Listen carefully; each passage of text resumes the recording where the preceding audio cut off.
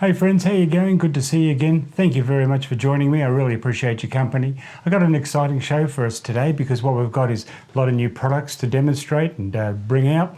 As you can see in the corner here, there's the champions of the day just sitting over here, and it's my new Ronin SC Mark III, which is a beautiful little unit. I'll just bring it up here so you can see it a little bit easier. And that's a great unit here. I'm very impressed with it. It's the smaller one than I've had previously. Previously I had the Ronin S, the original Mark I version, which was quite a bit taller, as I'll illustrate, and a little bit heavier.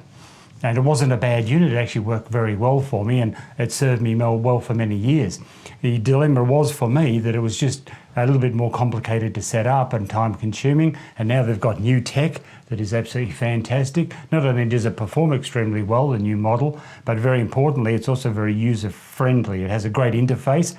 On the back of the unit here, it has a lovely little screen that when turned on, it'll light up and help me through the calibration and tuning and options. So I love the fact that it has that screen there to help me get going and operate the thing well at a touch of a button whenever I want. Just like using a mobile phone, really, or even the modern mirrorless cameras that have the touch screen. Makes it a fantastic user experience. Apart from that also, it's a little bit lighter and a bit more compact. And that's a real big advantage for me when I want to go pack it away. So I can make this down into quite a small form factor by taking everything off and disassembling it, and I can get it all in a modest camera bag and be able to take that with me at will without it taking up all my room and weight. So loving that unit, and I'll demonstrate all the illustrations and things I like about it very soon. But as an overview right now, I also wanted to bring out your attention to the camera. And on the camera here, you see I'm using my Z FC as the camera for this unit because it's a nice light camera. It does 4K at 30, which is more than adequate for most of my needs. If I need some slow motion, well, I have several options. I can, of course, either go to 1080 and use 60 frames a second or thereabouts there, or I can use my the Z7 II, which I'm filming with right now, put my 24-70 on, and of course I can shoot there at 4K at 60 frames per second if I want to do that. So I've got other options if I need to do some slow-mo, but actually I rarely find that I do a lot of slow-mo now. It's usually just a tiny bit of B-roll. So for most of my video work, this works perfectly fine. It's a great lightweight camera and lens setup. And that's the lens that I want to talk to you about too. We will be going into a lot of detail about the lens, and that is the Viltrox 13mm 1.4 prime. Now that's a magnificent lens. I'm going to summarize it very quickly for you and just give you the short of it, and that is it is fantastically sharp, light, well built, and definitely focuses extremely well. It is the Z mount unit, so it fits right onto the camera with no accessories or other things in the way, no adapters necessary, and the autofocus performance is astounding. So I just wanted to run you through the basic package that we're talking about. I'll break it up a bit now and I'll go through one thing at a time with you. So guys, what we'll do is we'll start off with the lens because I'm really impressed with this unit. As you can see it here, just separated from the Ronin, I have it on the Z FC. And you can see it is quite a handsome little unit. It works very well on. It has of course, your manual operation for your aperture, anything from 1.4 up to f16. And of course it has the auto setting. So if you put it on the A setting, then what you're able to do is use the wheels on the camera then to operate it automatically through the camera, choose your aperture that way. I generally use it always at f1.4 anyway. Usually when I buy a wide aperture prime, it's because I want to shoot it at that wide aperture. So I'm not probably going to use it at anything other than maybe up to f2.8 anyway. For most of my applications, it's a personal shoot with the Ronin. I'm trying to isolate a subject, and I definitely want as shallow depth of field as I possibly can. Now on a wide angle lens, it's very difficult to attain that, but if you're getting close enough and you're shooting at 1.4, you've got half a chance of isolating that subject, and that half a chance is what I'm going to be taking. Previously I was using a 21.8, and that's very similar to this because obviously an APC factor, it says 13mm, but really 13mm is around 19.5 or 20 mils equivalent on a full frame. And that was the lens I was always using on my Z7 Mark II with the Ronin S original. I would have that bigger camera, I would have the 20mm 1.8, and it was a great combination and worked very well. So I wanted something just lighter and more equivalent on this unit here on the ZFC, and that's what I've elected. Now I was a little bit apprehensive about buying an off-market lens, be honest with you. Most of my lenses are Nikon lenses for Nikon cameras.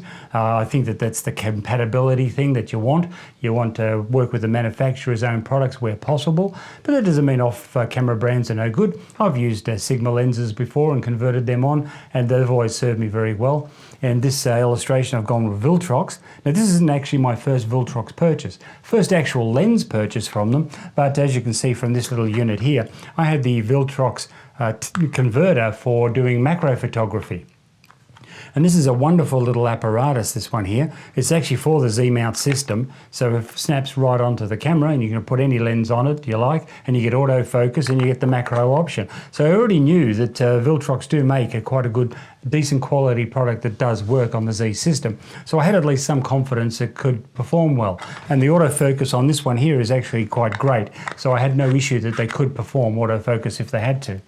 So having had some experience with that, I thought I'd take a punt on the Viltrox Autofocus 13 1.4 for Z mount, and I can tell you right now I'm very happy with it. So it looks quite handsome. If you look at it on the camera, it's got the nice matte finish. It's got a nice lens hood. The lens hood is metallic. It's probably aluminium, but it snaps on quite well and you feel secure, and it gives you a bit of bump resistance to the front element. And that's the main reason I use a lens cap. Isn't so much for shade, it's more so for protecting the front element. Now in this particular instance, I happen to have a filter on anyway. I bought a few screw-in filters. I have quite a few. It's a 67mm filter thread, and as you can see here, I've got 4 boxes of 67mm filter threads here. That's one of them. That's the ND4. I have an ND8, an ND16, and a circular polarizer. Now, do you really need 4 different filters? Well, not necessarily. You could just buy one circular ND like I have here. This is a 82mm version, the one I just took off the 24-70. This is a circular polarizer, and of course they work extremely well. You know, light and dark at a flick of a switch, but that's fine, but they're actually a little bit pricey. So I have 2 of them. I have a 62mm and I have this 82mm, and I have a range of converters that I can use, so I can step up rings if you like. So I can go from 62 to 67 to 72 to 77, whatever I happen to want to choose. So I found that they're useful and good, but for this particular unit, I prefer just to have a few single filters, and also see they're stackable as well. So if I find the ND3 is not enough and I need a bit more, I can put an ND2 on top of that and just increase the darkness that way, or I can combine the ND3 with the ND4 and have 7 stops of light difference, you know, or something similar to that. So it just gave me a few options that are lightweight and easy to carry around and work really well. So I've got a few of those. They're good quality Hoya ones, and I've always had success with those. So the filters I think are very important. See, I bought this lens not so much for photos.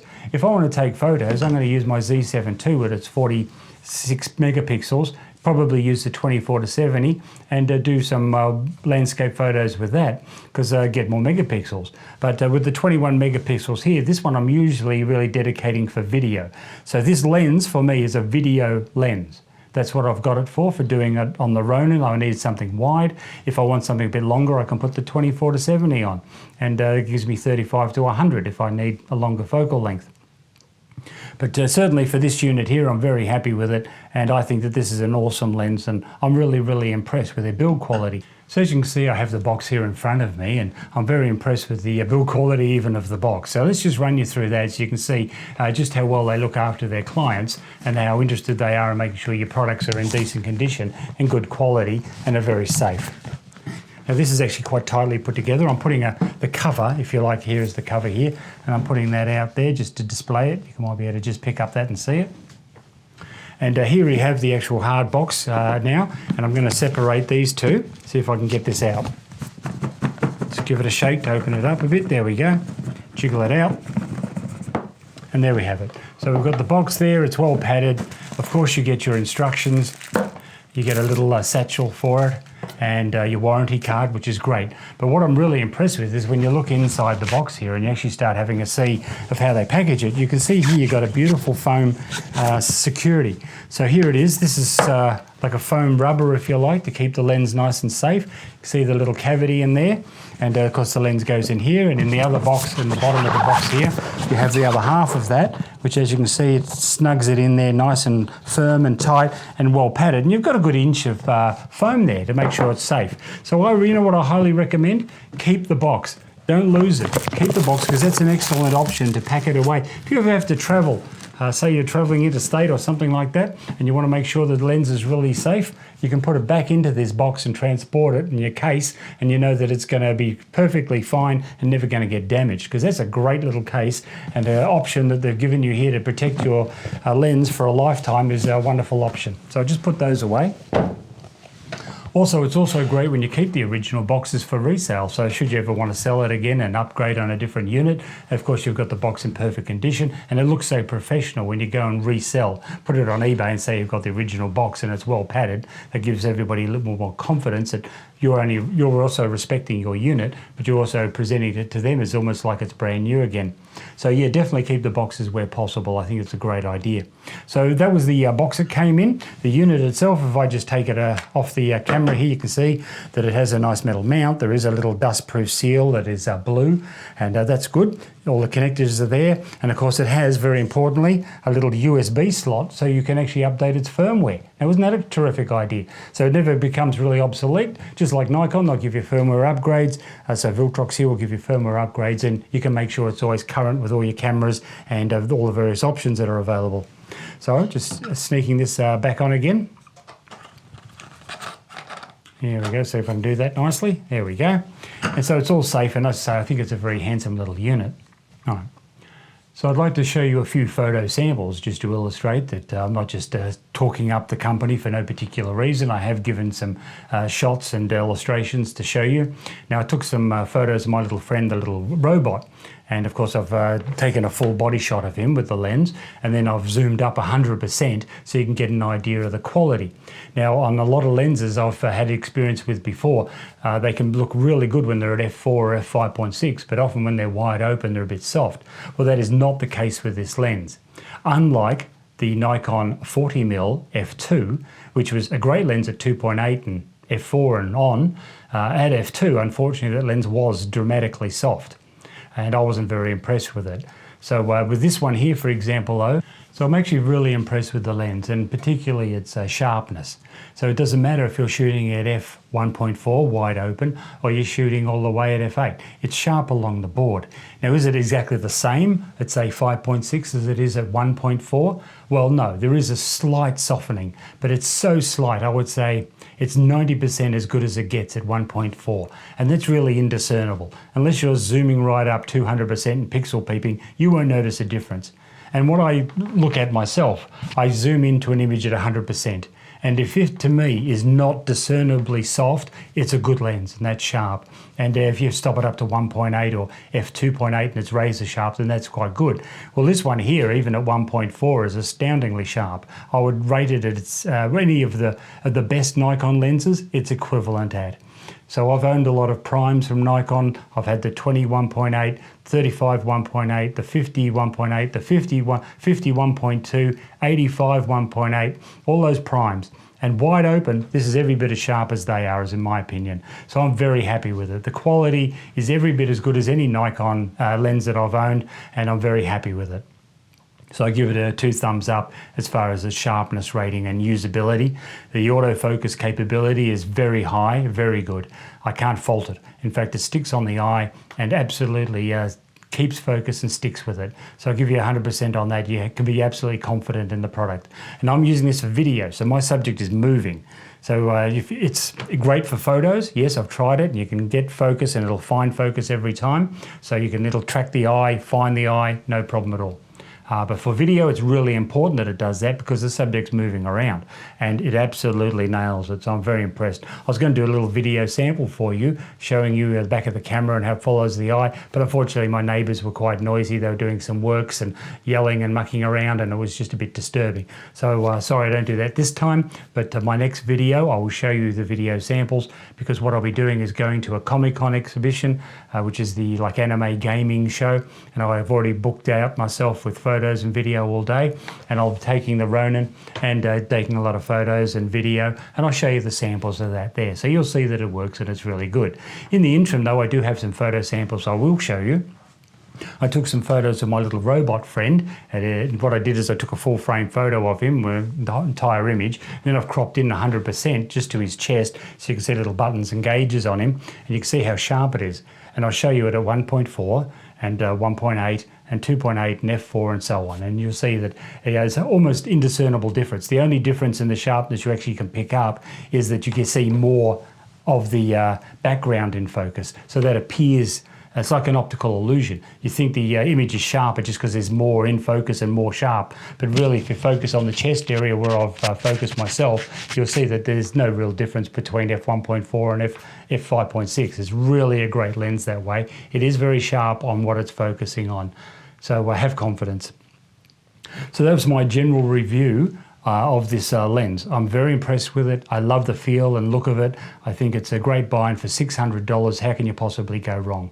You try and buy any Nikon Prime, you will be paying at least $1,500 for a decent Nikon Prime. And so at half that cost, it's a bargain and works fabulously well. So it's enough of me ranting on about the lens and how much I love it. What I'm going to do now is we'll talk a little bit about the Ronin SC3. Okay, so here's my Ronin SC3 here. It's up here on display, and as you can see, I quite like the styling of it too. The new styling with the red striping is really good. Nikon have often had a red stripe, and I just think it makes it look really quite sporty, and it's an attractive presentation. Now, its performance is excellent. I've tried it out quite extensively, and I really love how it works. I'll show you the back of the screen. It has a little, I think 1-inch screen here on the back here for all your visual aids and your calibrations and tuning and options, and that's a great option to have. Hi friends, how you going? Now I was just running you through the back of the screen of this Ronin SC3, and it's a fantastic unit because of this monitor at the back really aids you in balancing and calibrating your device. So what we're going to do is I'm just going to mount the camera to the unit, and I'll run you through that. But before I do that, I just want to bring out an option that I've purchased as an aftermarket item. And I'll show you quite a few aftermarket items that can make this unit really a wonderful and versatile tool. One of them is this little mount here. Now this sliding mount here with a little runner that you can adjust forward and backwards to do your micro adjustments is a small rig product. It's not the original Ronin one that come with it. The reason I've replaced it with the small rig one is because on the top here I now have an Arco Swiss mount.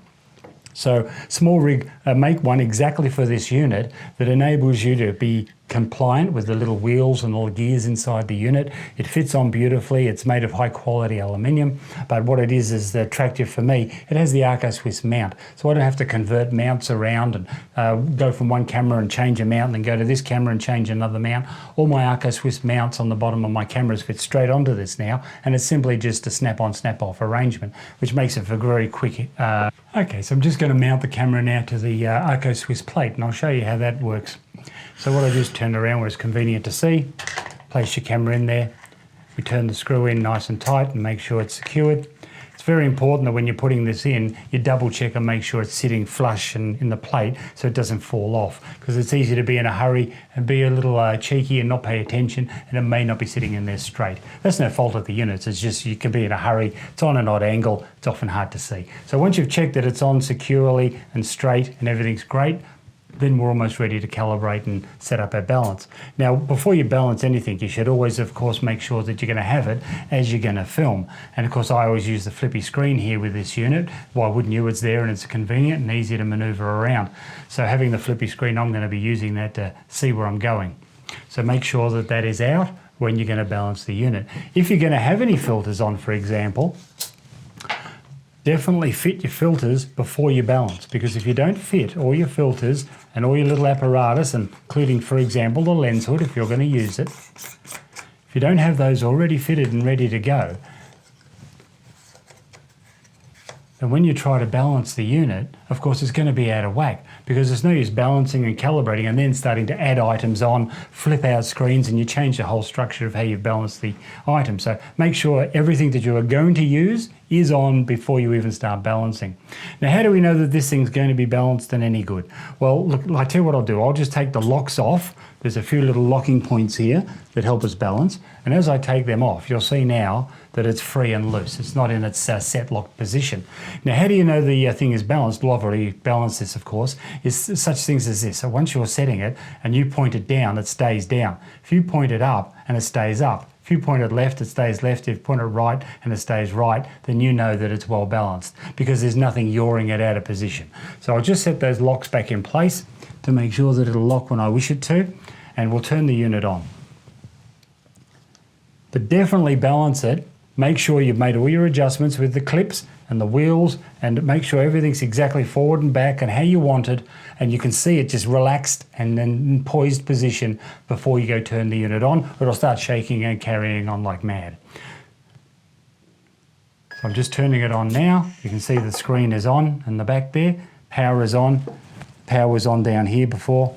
It illustrates on various bars of battery strength. And now it's up and running, and you can see it's ready to go. You press the button on the front and it just makes sure that it's dead straight now and horizontal. And that's what it is. So if I turn the camera on now, that enables me now to see what's going on. Here you can see the screen, you can see it's illuminating. And so I've got all the information I need here to have operation and use. So if I pick this thing up now, and generally I would hold the legs in this hand, have my finger over the button for steadying it, and as you can see now, it's fully operational. No matter where I position it, it's staying horizontal and it's very comfortable to use. So yeah, very, very excellent. Now, if you want to calibrate this thing, how do you go about doing it? Well, just to make sure that it's right, you have some checks, little bells and whistles and helpers here in the screen.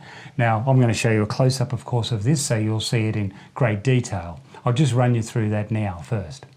Hi friends, how you going? Now I was just running you through the back of the screen of this Ronin SC3, and it's a fantastic unit because of this monitor at the back really aids you in balancing and calibrating your device. Apart from that, it has various interesting options that I want to run you through. So the first thing I find very useful is once you've got your camera set up and you're very happy with its balance, just to confirm that it's balanced and where you may be lacking in any way, you can tap on this icon here and you notice it has balance, and then it says pan and tilt, tilt again and roll. And it's called talking about up and down and forward and back and left and right. And as you can see, there's little green dots in certain areas. Well, those little tiny green dots are just saying you're pretty much on the money. Because if you've got either no dot or only a tiny one single green dot, that means it's so close that that's fine. You can just work with that and it's not an issue at all. How you know you've got an issue, I'll just put some pressure on the camera and you'll see what's going on. If I press down on the lens, you can see how the tilt now is saying, oh no, it's too far forward.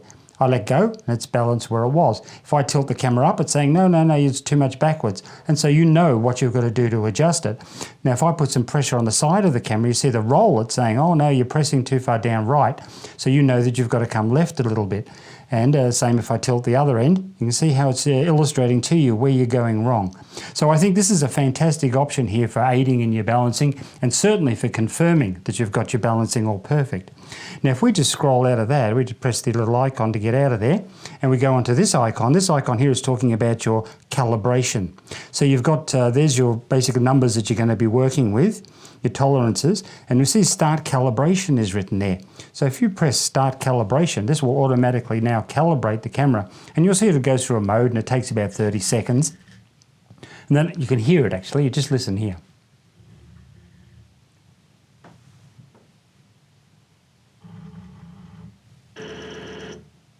Yes, you can hear its little grinds and wheels as it's trying to get perfect calibration. And once it's done that with all the little motors, it'll tick it and say everything's great and good, and you can hop out of that menu option.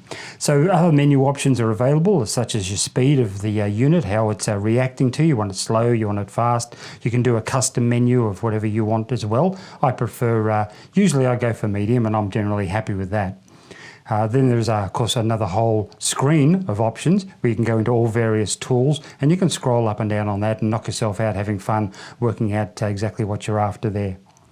So apart from these various options such as Bluetooth, whether you want a silent mode or you want to lock the screen, you've got a lot of options there that just at the touch of your fingers that make it really a joy to run through the menu and operate it. So it's no worse than a camera menu, that's for sure, but the thing about it is that it's great, it's very visual, and it's a real aid and tool in helping you work with your unit.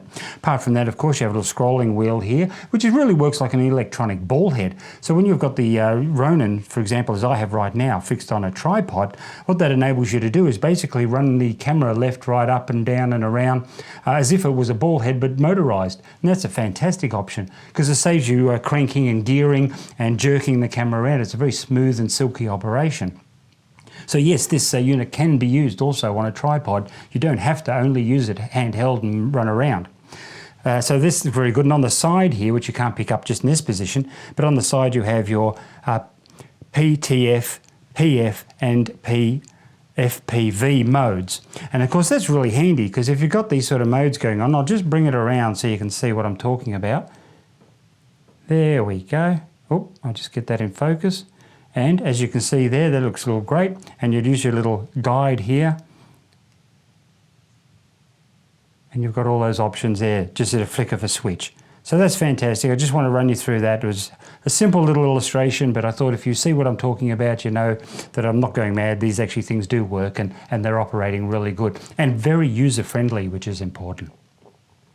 So you see I've run you through basically how that works and operates, but I'll just do it again here while we're here and you can see the whole unit in play. So in the whole unit in play, you can see here there's got no alarms going off. There's no orange lines. The green lines aren't left or right. There's only a few little tiny dots, and that's exactly what you want. You really want no alarms going off. It doesn't matter if there's a tiny little green dot there. That just means, well, it might be perfect, but it's pretty close to perfect and good enough. And of course your operation is not going to be an issue. So if you have one little green light or dot going on and it's a single bead, don't worry about that, that's close enough, that's fine. But you'll know when you've got a problem because you'll put it here and you can see the red line going off its head. It's saying, no, go left, right, go up or down, and the little alarms start firing off there and visual aids to let you know where you're going wrong. So that's a wonderful system, I really love that. Then of course we get out of that screen and we can go into calibration, and it says there's start calibration, and as I showed you before, you'll see the whole thing calibrate now, and it'll vibrate and it'll make their little noises.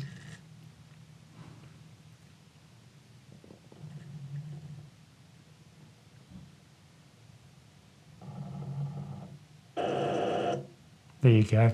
And it's finishing up the calibration about now, done. See a big green tick and you know you're all calibrated and it's going to run perfectly. So I just wanted to give you an overview of visually of that doing its thing. So the operation now will be faultless and you'll be able to, I'll just get out of that screen, exit the screen, touch of a button, and here we go. We've got it all nice and calibrated now and she operates beautifully. So very happy with its operation and its function. I'm very much looking forward to going to that Comic-Con convention and doing a few videos for you and be able to show you not only the interesting costumes and the characters there, but also the beautiful operation of this unit. Now I've tested this out in the field. I've gone into a park. I did quite an extensive video testing on very nasty ground. I chose the rockiest, bumpiest park I could find, and I went up and down these undulations with it, and it absolutely was flawless. It was a beautiful job. So it definitely works extremely well. I can give you 100% thumbs up that it does function brilliantly. I have a few aids which help us achieve that goal and make your handling physically a lot more comfortable.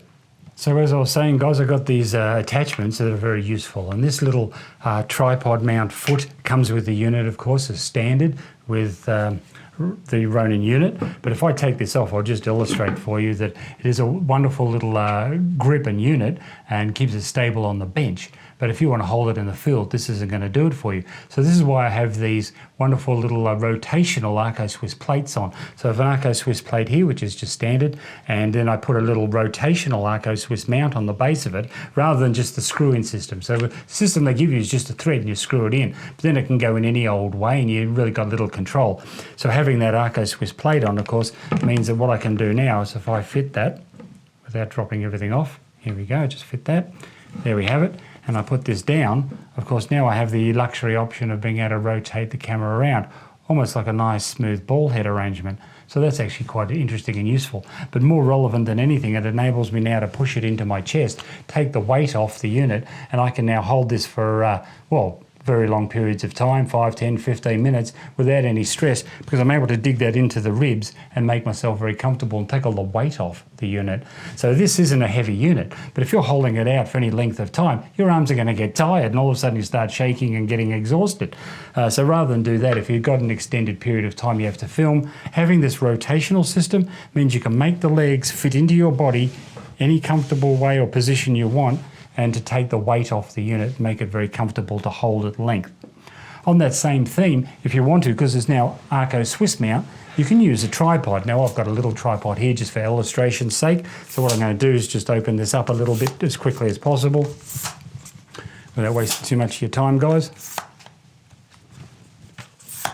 And I just wanted to illustrate that should you have a tripod available and you wanted to take the weight off yourself, of course all you have to do is you remove it from here, you place it onto your tripod, and now all of a sudden you've got a full video camera setup, nice and sturdy, and you can film all day long. And I was illustrating about the button. Let me just show you the button on the back of the camera. What I'll do is I'll move this over so I can come into the shot a bit more.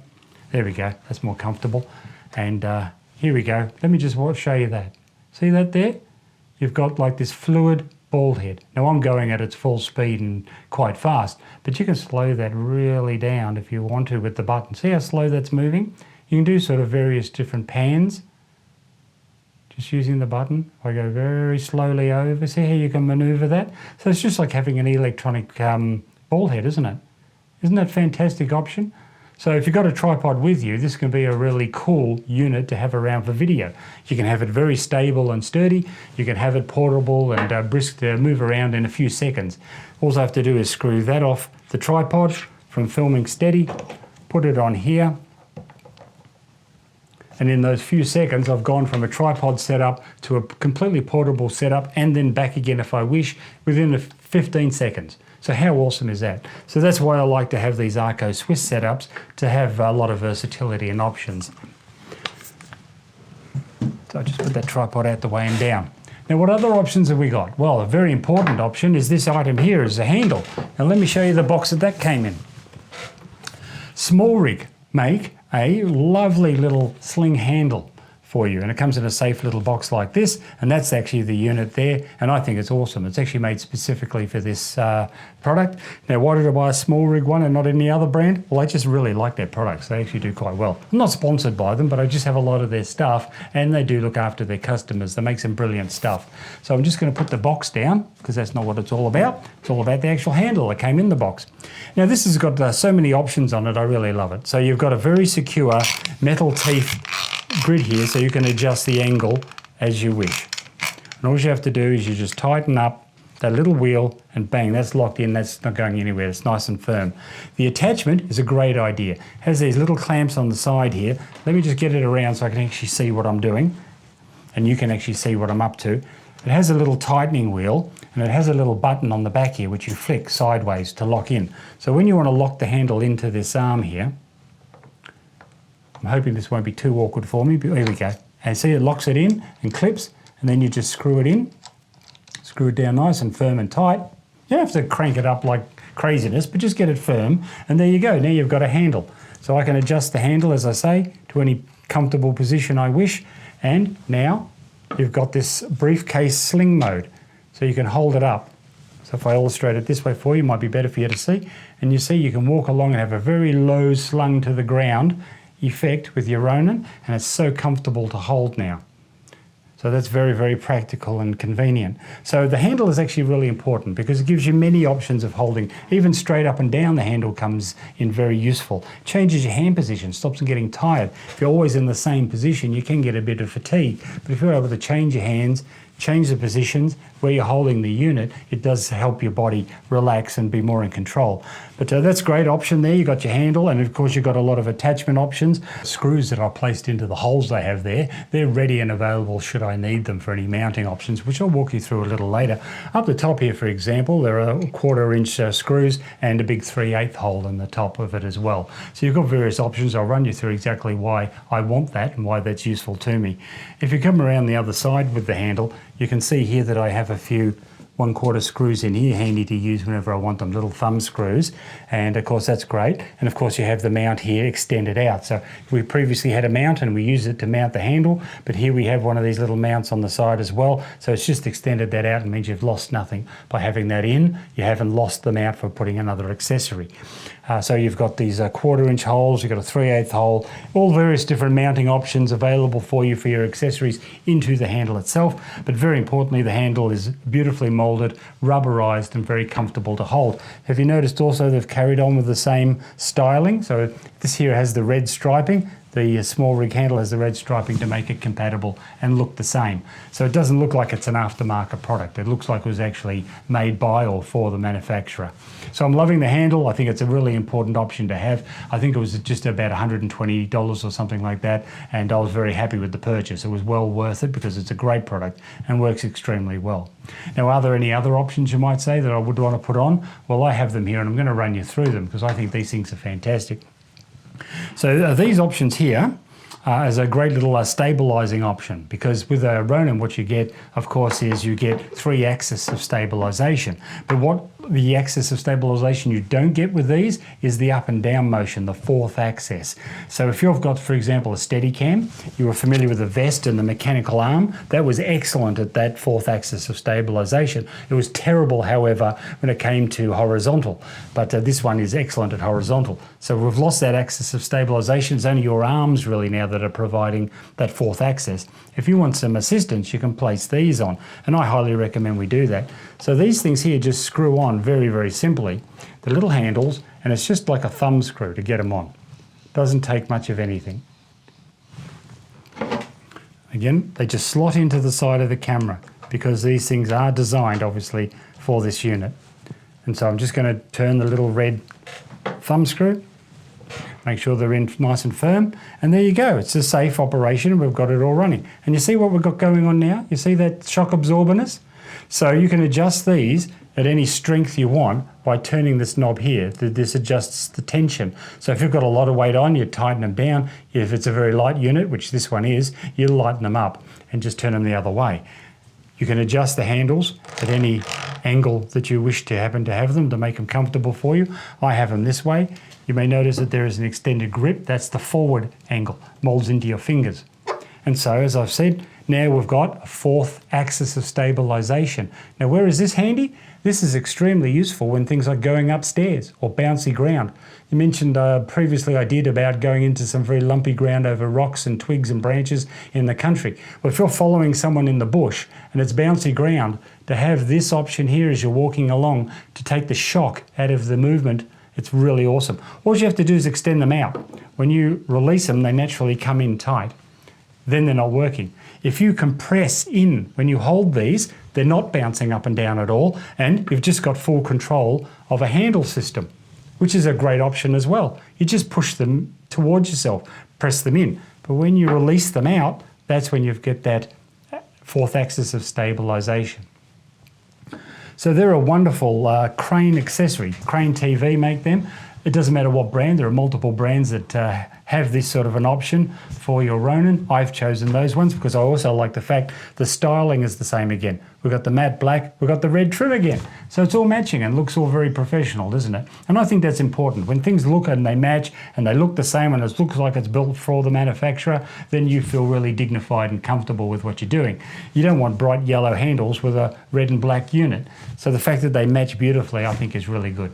Yeah, so as I was just saying, it's excellent for such things as bumpy ground. You're outside following someone on a track, maybe through the bush, and there's rocks and steps and tree branches you're going over. So to have that bouncy effect is great to take out those knocks.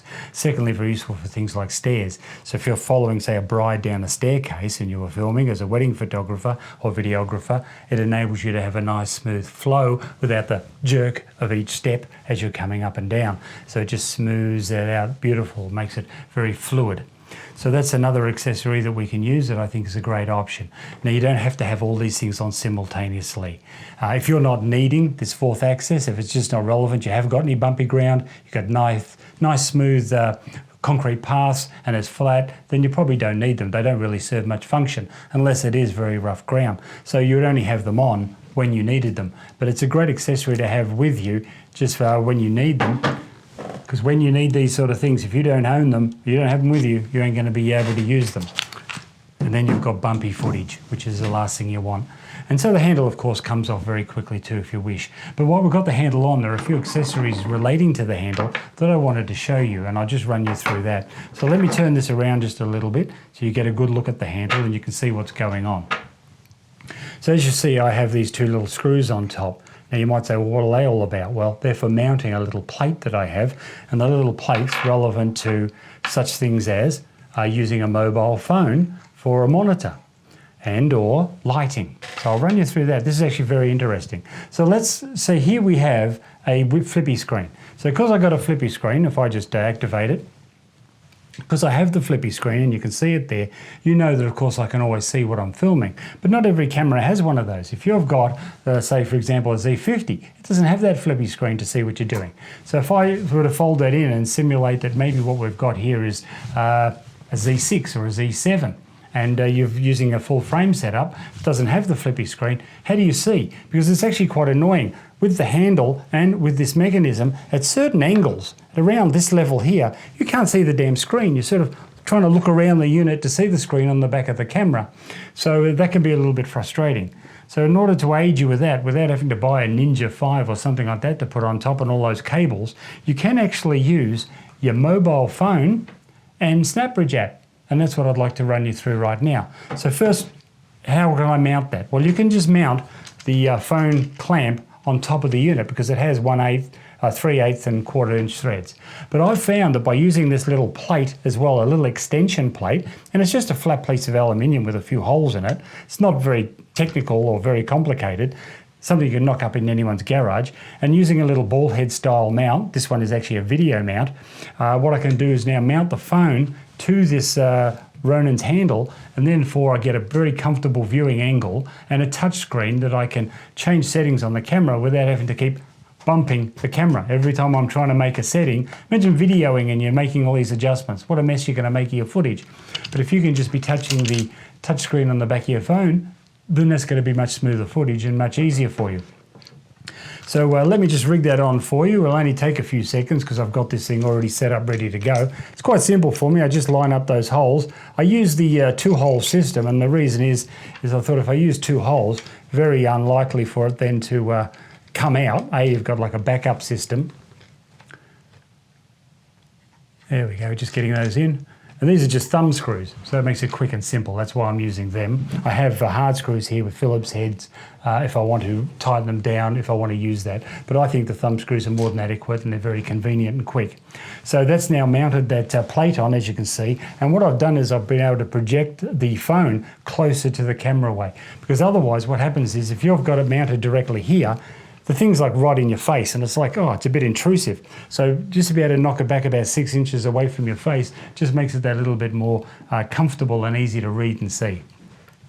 And to put the phone on, well, that's obviously very simple. All you do is you simply clamp it down with a screw there and you're up and running. So what I'll do is I'll just activate that and just show you what we're looking at here. You can see the screen on the back, and if I want to make minor adjustments, this video head set on a soft setting. They've got little screws for tension. This is a small rig mount as well, funny enough, but there you go. I can see how I can just easily mount that. I can twist it to the side, but you know what it doesn't do? It doesn't go vertically, doesn't go on that angle. So because it doesn't go vertically, it's exactly perfect for a video situation. It's always horizontal. So I just wanted to show you that one. And what I can do is I can activate this with a SnapBridge app, synchronize it with the camera, and then I can make all my adjustments I want to on the phone. I can change my aperture, focus points, ISO, anything I want, and also have a constant check of both composition of the video and also all my settings in an instant. And you might say, well, what's the big deal? I mean, like, for example, when you have the flippy screen, that's useful, but it's a 3-inch flippy screen and it's a bit of a distance away. Here with this, I've now got a 6-inch screen. I've got a Galaxy S9, so it's the bigger version. It's actually quite a decent screen size. It wouldn't matter even if you had an Apple and it was a 5-inch screen or a Samsung and a 6-inch screen. The thing is, it's twice the size of the screen that comes on the cameras. So it's bigger, it's easier to read and easier to see, and I think that's a great aid with video. So now when you're filming around, and you can adjust this any way you like, see, I can easily get a very comfortable look. I've got clear, unobstructed vision of the phone and everything I need to see for information. So I get great composition, all my settings are arranged, and it doesn't clang or bump anywhere into the way of the camera at all. So that's an option that I think is also a very good option and a very inexpensive option. Something like this, all this rig here, like a bit of aluminium's about $15. This mount here is about $20. And the camera, the phone clamp is another $10. So for $50, you've got this arrangement like this, which is fantastic. And let's face it, everybody has a phone. All you have to do is download the SnapBridge app for free and synchronize it with your camera. And that's assuming you've got the Nikon system, which I imagine you are because you're watching this video, and most of what I do is Nikon. Now you might say, okay, that's all very great, but what's this little option you've got here? Well, that's part B. This is really exciting now as an option. So I'll run you through that. So that is where all this accessories comes in. So that little bar there, that has to do with this little packet here. And it also has to do with, voila, my little ring light. This is a battery operated ring light. It's a wonderful unit actually. It's made by a company called Falcon Eyes. This is the 300 version, 300 LEDs. And as a ring light, it has a very, very capable power and softness. So it's great for video application. But you might think, well, how in the hell do you rig all this and batteries and everything on the Ronin without it being crazy intrusive? Well, I'll show you. I've thought a lot about this and I've used it in previous models, and I'll run you through how I can put it together. So the first thing I need to do is what we do is I'll move this position. Now I've got a few holes here in this plate, and what that enables me to do is move the position at will very quickly. So I'm just going to move this forward about 1 inch. That's all it is. I'm not moving it vastly, just 1 inch. And it's all thumb screws, so it's actually pretty quick and easy. So I just put that down there nice and tight. There we go, it's nice and tight now and steady. And now I can mount this piece. So how do I mount it? Well, it's again, thumb screws. Everything I've got here is thumb screws. And this is just a simple little piece of metal thread. It's just steel bought from a hardware store, 3/8 thread. And what I've done is I painted it black and put a few bolts here and a little video mount there. And it's that simple. It's like a few little components. Cost me all of about $25, even with the little thumb screw I've got here. And so what I can do is I can place that in a 3/8 hole that I have available, screw that down. There we go. And that's nice and sturdy there. And there I have a mount for my light. Now I'll just bring that forward so I can see what I'm doing. And then when I want to mount the light to it, it's as simple as popping it up here. So I'm screwing it on, as you can see. I just make some adjustments. And then I'm going to just bring this down a bit so you can see what I'm doing, because it's a bit high, isn't it? So here we go. You can see the light there and how it's fitting to the unit. And it's fully functional with the unit, but I've got it actually quite high, and the reason I like that is it gets the light out of the subject's eye. Now I'll be turning this on in a minute and I'll run you through and illustrate it.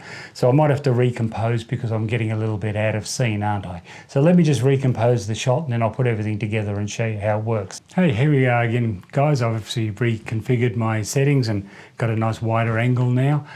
So what I've done is I've put the rig up here. I had my phone on and active, and I wanted to show you that. So I'll just pick up the unit here, and if I spin this around, you'll be able to see how SnapBridge is working wirelessly to show me what I'm videotaping. As it's moving around, there's a little bit of lag, and of course a little bit of lag is just due to the Wi-Fi connection. But that's okay, I can still see what's going on, and I've got all my settings. Now you notice here I was talking about setting changes. I can now change, if I click on this here, I can change to F5.6 if I want to. Come back down to 1.4 at a moment's notice. If I want to change any other settings, like ISO for example, I can scroll along, increase my ISO. It'll flick of a switch, bang, how bright is that?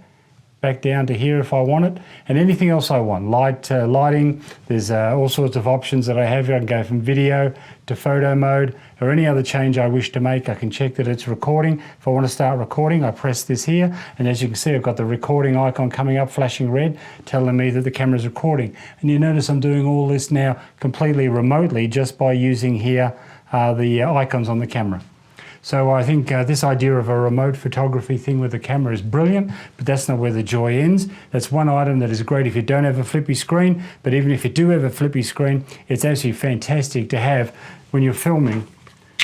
And I'll illustrate it here for you. When you're filming and you've got this now that close to your eyes, like it's right at eye level, right in your face, you can still see around it, no problem at all, see the action that's going on. But after all, most of the time you're actually looking through this monitor.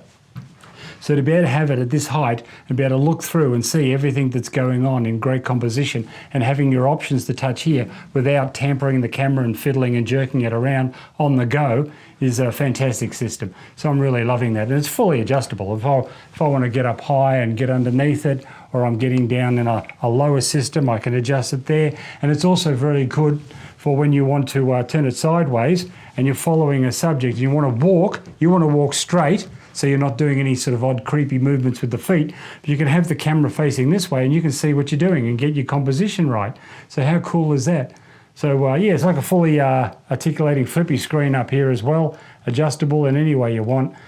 So that's just awesome. The SnapBridge app with your mobile phone and that little device here, little apparatus just to extend it around a bit for you is great. But what I was illustrating for you is this pole, which was just a thumb screw on. It's a simple 3/8 thread with a light mount on the end of it. And here's the light, and I was talking about this one. It's the Falcon Eyes 300. And it doesn't matter which light you use, I just chose this one because I know it's very strong and good and works really well. It also has a color balance, so you can go quite amber, you can go very bright white. So you've got from 3300 to, 5800. So that's very good for your white balance. So it attaches on quite simply. All you need is a little thumb screw like this. You put it on, and there you go. You've now got a light attached to your unit. Now, is it adjustable? Yes, it is. You've got a little attachment here. It can go as high or as low as you want. You can spin it around should you need to, but generally you don't. You have it going straight on. And so if I set that with the camera now, that's going to focus straight on with the subject. So how's it focus straight on with the subject? Well, look, a lot of the time you're not having it at that angle. You would have it something like that, with the monitor in coherence with that, and you're filming now. If I can just illustrate here for you, and I'll hold the handle, you can see here that it's quite comfortable and the light's directly onto the subject as it would be when it's going. Now the light's not actually active right now. I'm going to make it active for you so you can see it actually works, and I'm not just talking out my bottom, I'm actually illustrating that it will work. I've got to be careful because I don't want the thing tipping over because it's starting to get a little bit back heavy, so I have to be aware of that, seeing I've tilted it the way I have. But how do we power it up? Well, we power it up with 2 batteries, and I have this little container. Now, as you can see here, Falcon Eyes give you a little container, and it enables you to have the battery off the unit. So you haven't got all the weight up here. This is just a big plastic bubble with LED lights in it. This weighs basically nothing. It's a little bit awkward only because it's elevated. And so what we do is we put 2 very commonly had Sony NP batteries. I've got some 970s here. Comes with a little cable, and we just plug them into the unit. This is a little battery pack. So if I just plug these batteries in here, that's that very simple unit. Has 2 sockets here and the pins, and just connect them up, put them in. I have a little bit of Velcro here, and the reason I keep some Velcro on it is just fastens that down and makes sure that if I'm turning it upside down or inside out, that doesn't come off and the batteries fall out. It just guarantees it stays together. Again, not essential, but just something that I think is a sensible precaution. They give you a nice long cable. The cable will not get in the way of anything. So what we do is you put the cable there, put the cable in here, and bang, we've got a light. You can see it come on straight away. So I just turn that off for now. Now, how do you carry this battery around? Well, I found the very good idea is to have a tiny little camera bag as I have here. This is a minuscule little tiny camera bag, but it's also a perfect size for that unit. So you just slot it in there, zip it up, and there you're ready to go. Now I'm just going to make sure that's turned on. It is. So how do I know that the unit is turned on and functional? In the camera bag there, you see the little green glowy light? Yeah, so you can see the green light, you know it's active. It has a little button for on and off. So turn it off, it's not going. Turn it on, green light's on, you know you're in business and you've got power. So I'll just zip that up. Not tight. You want the cable to be reasonably free, but what that'll do now is keep that all sealed up, and that'll go for many, many hours. Those 2 large batteries from Sony will make that thing run for about, I will give it about 2 hours. And I have 16 of these batteries if I need them, so it's no shortage of battery power. Now what I do is I just simply sling this over the shoulder, put it behind me a little bit so it's not in the way, try and make it as comfortable as practical. And now I've got power running all day. So now when I lift this up, that's fine, I can turn the light on, and as you can see it is fully functional. And here we go. You can see it here operating on the back. Now I've got various options with brightness. I can turn that right up to full strength. If I want to turn that down and have a bit of an amber glow, do you see how it goes a bit amber there? Yeah, so I've got white balance control. I can make it as white or as amber as I should need to correct the white balance, and I can dim that right down too. So it doesn't have to be on full strength. I can have it on a very low setting, and it's just a soft, tolerable light in someone's face when you need it. So if you're doing in corridors, it's great to have some extra light to illuminate your subject and make them isolated. But let's say you're outside and it's a later evening time, or you're doing some wedding videography and you're starting to lose the main light, it's awesome to be able to bring some light around with yourself. And in harmony with this and using with a tripod, you can mount this up, and this can be a complete professional video system all set up ready to go. You've got your own lighting, you've got sound, you've got anything you want. So I just thought I'd run you through that. I think that's a great little system. Don't worry about this cable. This does not get in your way. You can make it as comfortable as you like. Place it, you can even have little clamps or something if you want to make sure it's not obtrusive. But I find that it's sort of like a nice sturdy cable and a little bit of a spring system here with its curl. And I find that doesn't intrude any way into my performance of operating the Ronin at all. Works quite well, and of course you can adjust the light in any angle you like. So if you're doing a low slung shot and you need to change the position, you can change it in any way you suit, lock it in position, and then it won't go out the way. But I just thought I'd run you through that. As you can see, I'm holding this up with one arm. This light weighs nothing at all. The metal bar weighs next to nothing. The phone doesn't weigh much of anything. You've all operated a phone before, it's not a big deal. So with the extra handles and so on to make it comfortable for yourself, the fact that, look at this. Remember I said about digging it in? You can dig this into your hip or your chest or stomach, because I've got that rotational mount down here to make it comfortable, and I could be videoing and filming with this light in operation all day and never get tired and fatigued. So there's some options for you with this Ronin system that I think are pretty cool. Wanted to show you because, you know, I love to share my ideas and little things that I invent or put together that work for people. Well, I like to share those options with you. Hopefully you found that useful. So I'm just putting that out of the way. You can simply pull all this apart. I would think it's important that I show you how quickly it pulls apart, because it's very easy to think that, oh, this is a real burden and I'm going to spend hours getting all these accessories together. But as you can see, you keep everything together and it doesn't take very long at all. And the use of these thumb screws rather than actually a mechanical screw like with a screwdriver just means you don't need any tools, and it's very quick and simple to maneuver around. I always like to keep all the parts together. If you take a thumb screw off, keep it in on the item so it stays together. These things just come off very quickly as well if you want to remove this plate, should you not need it. Just 2 little thumb screws there. And with those, I'll put them back in there because they're not any trouble and they don't weigh anything anyway. And it just keeps them free, and I always know where they are and I don't lose those screws. And I have some spare screws here just in case. So that's always a nice little backup option. But there you go, the whole thing doesn't have much of a package, and I can get this entire unit into one camera bag. So this camera bag here, for example, I'll just illustrate. I have this camera bag here. It's a decent sized unit, I suppose. But the thing is, this one camera bag that you can put on your back and take around with you will fit all these attachments in together.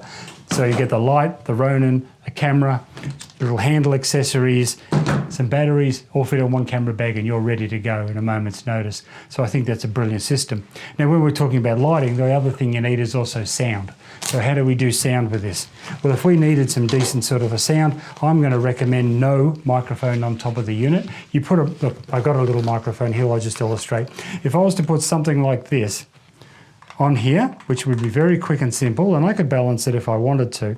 But the thing is, plug and play, be very quick, but you get terrible sound anyway from a microphone on a camera. And secondly, it's throwing your balance out, and then you've got to recalibrate and balance everything. So wouldn't it be easier not to use something like that, as convenient as they can be, and instead have what I have here, which is the little road to go system. Now, the road to go system's awesome for doing something like this.